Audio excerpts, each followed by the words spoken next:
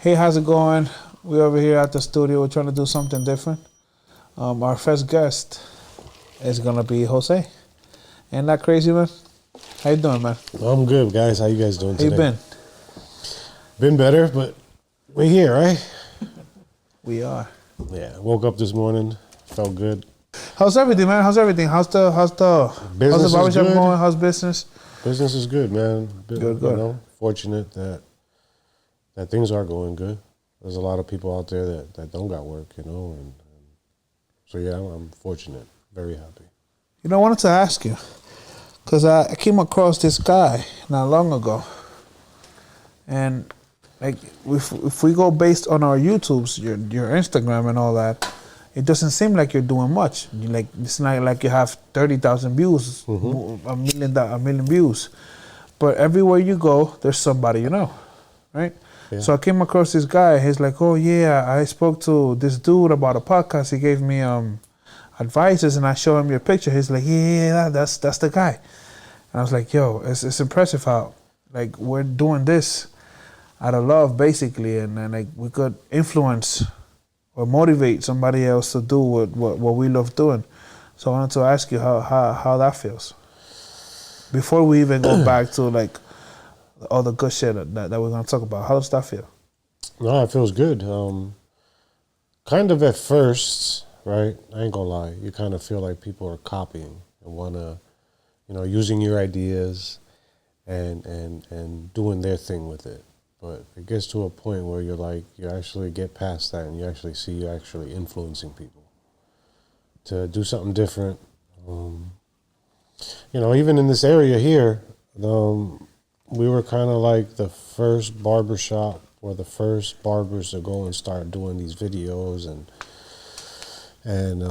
promoting ourselves in that way, you know, using booking apps, this and that. And I can see now that a lot of people, a lot of barbershops, a lot of barbers out there doing it. And you can't say that they're trying to copy. It's influence, you know. It feels good. At first, like I said, it was kind of like, well, hold on, why is this dude trying to do the same thing I'm doing? Or why, you know, it seems weird. They paint the barbershop the same colors, you know, and, you know, things like that. And then after a while, you know what? It's just influence, man, you know? I didn't want to say anything about the paint in the barbershops, but before you guys, all barbershops had like a brick wall that was set with a baseball stuff in it. So you guys basically are trendsetters. How did you start all of this? I was a barber. I was working in Sharp Cuts too. I was there for, the total was probably about 5-6 years. To be honest with you, man, I got an idea one day to start making T-shirts.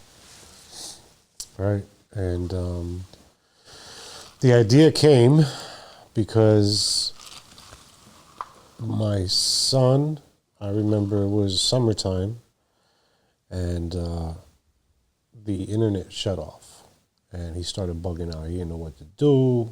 You know, it was going crazy without internet. And I'm like, yo, what the hell? Go outside, go throw some rocks. Took the PlayStation that he plays on. I took it out. I go out there, lock the door, close the door, run outside, go do something. You know, and I remember my childhood where I didn't have the internet like that. And I was like, man, we used to throw rocks. You know, ride bikes. It would rain outside. I'd get on a bicycle and skid out, and you know, and things like that. And I was like, man, kids are nowadays, not just kids, but people are losing that imagination, you know. So I was like, you know, I'm gonna try to make like some old school vintage type shirts that kind of reflect to that, you know. So I started making T-shirts, you know, with images of like kids outside in the Bronx with playing with the water from a fire hydrant, people playing handball, you know, like things like that. And, you know, and I wanted to call it, I don't even remember how I came up with the name, N.Y.O, Not Your Ordinary. It was just one day I was, you know, just thinking, and I was like, man, that would be a cool name.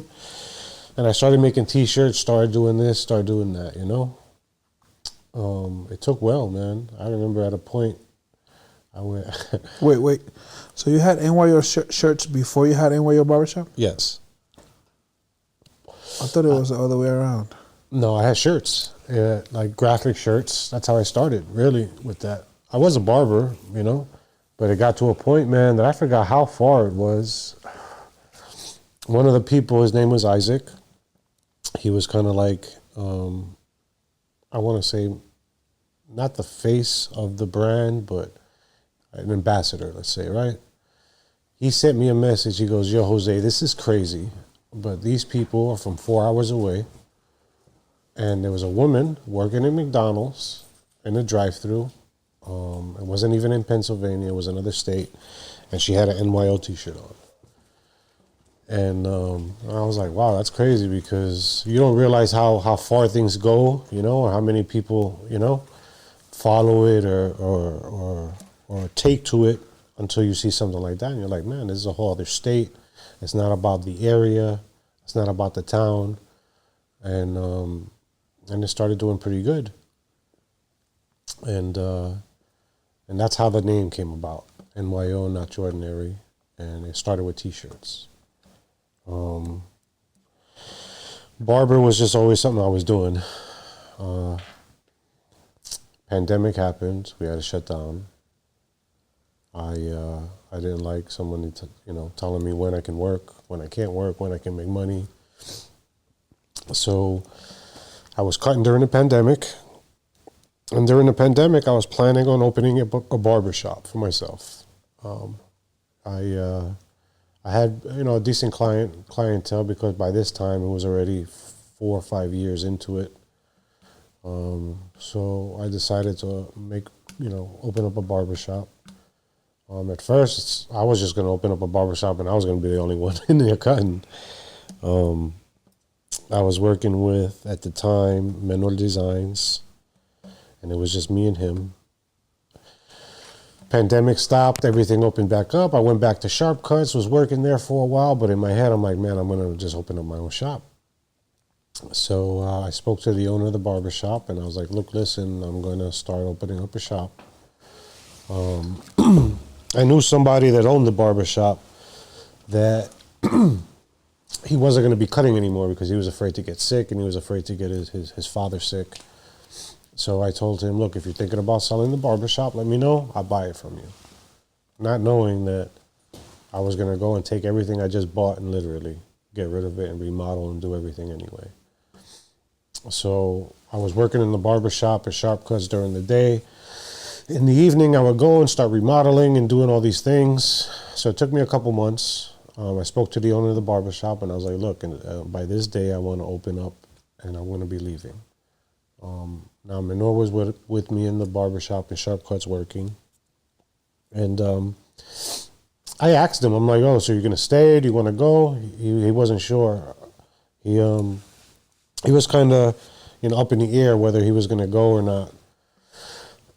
So I'm already thinking, okay, I'm going to be the only one in the shop working, which I was okay with, I would be able to pay the bills and take care of the rent and do all this stuff by myself. Time came. I was literally, dude, I worked that Saturday. We were normally closed Sunday and Monday, and then Tuesday I was opening up and working in the new barbershop. Menor came with me, and it was just me and him in the shop, and we just started out that way. Yeah, pretty much. You ever thought you were gonna, like, looking back, how long was it? A year, 2 years? 4. Since you opened the barbershop? No. This shop that I'm in now is not the first shop I opened. You had one in Blackman Street. Yeah, Blackman Street was the one I'm talking about. You weren't there for long. We were there for 2.5 years, 2 years. Was that long? Yeah. Holy moly. Time flew. Shit. Time flew. Yeah. From there you come to Cary Avenue. Yeah, actually. So that's what I wanted to go. Like, when you first opened up your first barbershop, you thought about, like, all these things you're embracing right now, because you're not only a barbershop, you're a lifestyle. Yeah. You have these guys that come to you and like Mexico, and they end up going to these competitions, and I've never seen that in barbershops before until you guys came around. So being an N.Y.O barber is more like a culture. Did you, when you first opened up your first shop, you had that in mind, or everything just went by itself? Like, how was it? It wasn't like that at all. First off, with competitions, N.Y.O got me into going to competitions. Okay. He said, "Yo, I think you'll like it. If you really like the barbershop, you should come to a competition." So he invited me to a competition that he was competing in. And man, I love this shit. This shit was dope. And it was small. But bro, I was like, yo, this is crazy. You know, I didn't know these things existed, you know? I went. Belts and stuff now. Yeah. You know, like, So I went and I was like, yo, this is dope. Started getting hooked. While I was on Blackman Street, the first barbershop I opened, I realized that a lot of barbers are what's the word I'm looking for? They're set in their ways, right? And what I mean, or they're more individualized. That's the way I'm gonna put it. And what I mean by that is if they're the type of barber that wants to start working at 2 o'clock, no matter what you tell them, no matter what you do, what your rules are, they're gonna come to work at 2 o'clock. You know, they're set in their ways. They want to cut who they want to cut, make, you know. So as a business, as a barbershop that just opened, I always wanted to grow bigger, right? I always felt like, man, I want to, you know, get bigger, right? I want to grow. I realized, though, that it's always better to teach people, right? Teach somebody and teach them the ways that you know, and mold them into the barber you want to, than it is to take somebody that's already individualized. If they're set in their old ways that you don't like, then you know, it's easier to teach somebody. So I started doing that. I met Chris. We're actually cutting. Actually, I knew him, but I knew of Chris when I first started cutting hair because I worked at a factory, and he worked at the same factory too. Anyway, long story short, anyway, we were cutting during the pandemic. We see Chris, and he was like, oh, he's a barber. He was cutting hair. He was driving trucks.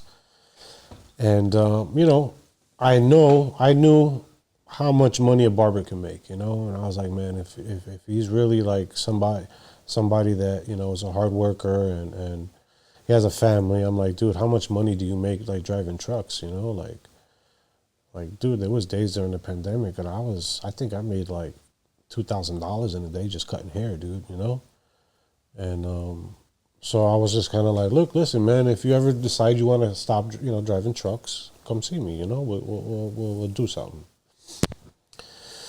I think we opened up on Blackman Street maybe a couple months, and then Chris comes in and is like, look, man, remember that time you told me, you know, like, I'm interested. And I was like, all right. First thing I told him was like, yo, it ain't going to be easy. You got a family, you're going to have days here, you're walking away with $20 in your pocket, that's it. But you stick with it, you know, you do this, you do that. There's going to be days that you're going to say, you know what, I don't even want to come to work today. You know, barber can support their family. It's just going to be hard. It's not, you know, it's not easy, you know. If you're not hungry and you're not the type of person that's going to go out and get it and not be the type to what's the word I'm looking for? If you're the type of man that doesn't want to depend on another man to put money in his pocket, then you're going to be a great barber. Because once you realize that nobody's going to put that money in your pocket, you got to go out there and get it. And you have a trade, and it's something that everybody needs. There's no stopping you. You know what I'm trying to say? So I told him, look, this isn't going to be easy. It's this and that. And I don't know. I took to Chris real quick, you know. I liked the kid real fast. You know, I know he was going through some stuff during that process. Everybody does. But, you know, I decided, I was like, you know what? I like the kid. We're going to teach him. He knew how to cut hair, but he wasn't there yet. So, you know, I helped show him a couple things. N.Y.O taught him a lot too. And that's how we started. You know, it was me, Chris, N.Y.O, and then there was, we've had other barbers in and out, you know. Yeah, I'm gonna tap on that if you don't mind. Yeah. You're free not to answer, But I've seen how quick you are to help people and bring them in and embrace them and show them the ropes. I've seen that side of you. I've experienced it. You did it with me. You did it with my cousin. But the leader that has to fire somebody, I've never seen it. And I know being a leader, that's something you got to deal with. Like, have you ever had to fire somebody? How hard is it firing somebody? I mean, it is, all you could do is, I come to a realization that you can only push people as far as they want to be pushed, right? You can only help people as much as they want to be helped. Okay. So you should not feel guilty if you're telling somebody, look, this is going to happen if you keep doing this. This is going to happen if you do this. And once it gets to the point where you get tired of it, and you can't handle it no more, and you keep repeating yourself, it's like, you know what? There's no other choice. So when the time comes and you're like, look, listen, this is what it is. I've warned you several times, It doesn't make you seem like you didn't try. And as a boss, you kind of have to take into consideration other people's situations, Now, there's some people that don't have kids and really don't care. It's just, if you don't care, I don't care type of thing, I get it. But, sometimes it's hard because that there's, they have families and things like that. But, if you're not willing to help yourself, how can I help you? You know what I'm trying to say? Yes, sir. Yeah, that's probably one of the hardest things there. Have you ever been betrayed? As far as? Just in general. Like in work? Yeah. Anything, because the thing is that good-hearted people, kind people, usually get mistreated, and people get them confused. Like, I don't even know how to put this in words, but it's like people like you, they have to deal with a lot of betrayals, or people thinking that they're stupid. So how you go about that? Yeah, like, I understand. Has that ever happened to you? Yeah. Betrayed? Yeah. Yeah, of course. It's happened. Yeah. Lots of times. Hello, Chris on this side. What's up, now Chris? it's my turn.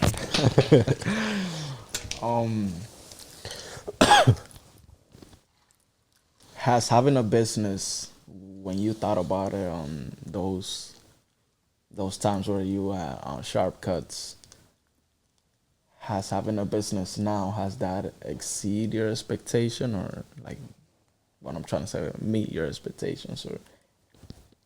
No. No, not yet. I had no idea, dude. I never had a business before. I didn't know what the fuck I was doing, bro. I didn't know what to expect. Sometimes I still don't know what to expect. There's a lot of stress. A lot of stuff that happens. You just have to be a problem solver, right? You're solving problems all day. All day. From when you have someone sit in a chair to the people you got working with you. If you're not a type of person that can deal with problems and solve it, and you're always stressing out because of problems and this and that, I learned that you're gonna crash. I learned that quick, and I was always kind of good at solving problems ever since I was little, So that's the one thing that makes me good at what I do. But as far as expecting this, I still don't know what to expect days, man. There's days that I'm like, well, what the heck else can happen today, What makes Jose happy besides the barbershop? What else makes me happy besides the barbershop? Yes. The shop. I mean, I wake up early as fuck, and happy as fuck to get up. There has to be something besides the barbershop. Well, I mean, my family. What do you enjoy doing, like, besides cutting hair? This stuff. I love making videos. I like going to these competitions. I love music. Music is dope. I've seen how barbers don't work the regular 40 hours a week. How many hours you guys average, like, you guys do a week? More than 40. More than 40, close to like 60 sometimes? Sometimes even more. Yeah. So you figure, right? The shop opens at 10. I'm usually there by 9. Shop closes at 6. I'm usually there till about 6. So right off the rip, normally, what is that, 11 hours? Yeah. 5 days a week. That's 55 hours a week. Plus, if I decide to work on a Sunday, that's another 8 hours on top of that. Or if you stay a little later. If you stay a little later. So close to 60 hours a week. Give or take, yeah. Now, I understand you're married and you have a lot of kids. How do you manage your time? You can only take, the way I figure it is like this. You're taking time away from one thing to do another. You know, there's always constant battles because I don't give enough time, you know. No matter if it's to the shop or to my family, there's just never enough time. Never, you know. Sometimes you got to take one day for your family, which I try to do, but sometimes one crosses over with the, you know, so you just got to try your best, man, you know. Do you think N.Y.O is gonna become a what's it called? A franchise or no? I don't know. I would like to, you know. Opening this bigger shop was a lot for me, and it still is. You know, you have more responsibility, more problems. If I can get the right people, and you know, and I kind of have an idea what I want to do, but I need a team. You know, like one person can't do it, and for a long time, I've always felt like I have to do it by myself. You know, and I don't mean as far as like preparing or doing this or doing that. I'm talking about running things and being there day to day. You know, it's always been me, you know, opening, me closing.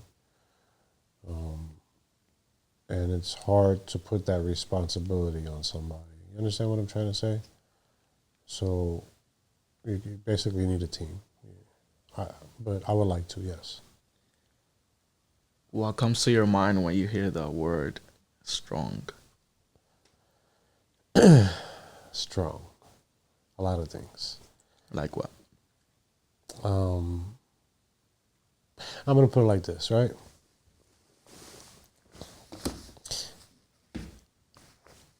A man isn't somebody that just takes care of himself, right?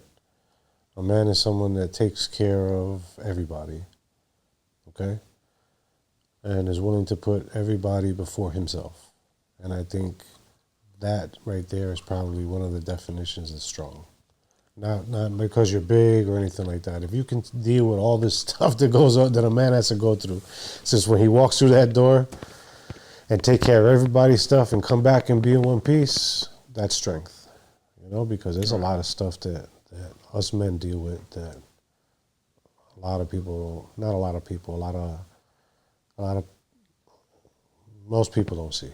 You know, there's a lot.